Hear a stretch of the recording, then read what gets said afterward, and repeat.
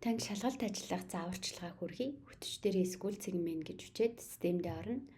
Дараа нь нэвтрэх нэр нууц үгээ оруулж өөрийн ирэхээр нэвтрэнэ. Нэвтрсний дараагаар нүүр хуудсан дээр идэвхтэй шалгалтууд харагдана. Мөн дээд хэсгийн шалгалтсны шалгалтын жагсаалт гэсэн хэсэг рүү орвол шалгалтууд харагдана. Шалгалтаа сонгоод нээхэд дүрм журмууд харагдана. Та дүрм журмуудаа анхааралтай уншиж танилцаад хамгийн доод мөрөнд байгаа би зөвшөөрч байна гэсэн цонхыг чагталж дараах товчийг дараад явна.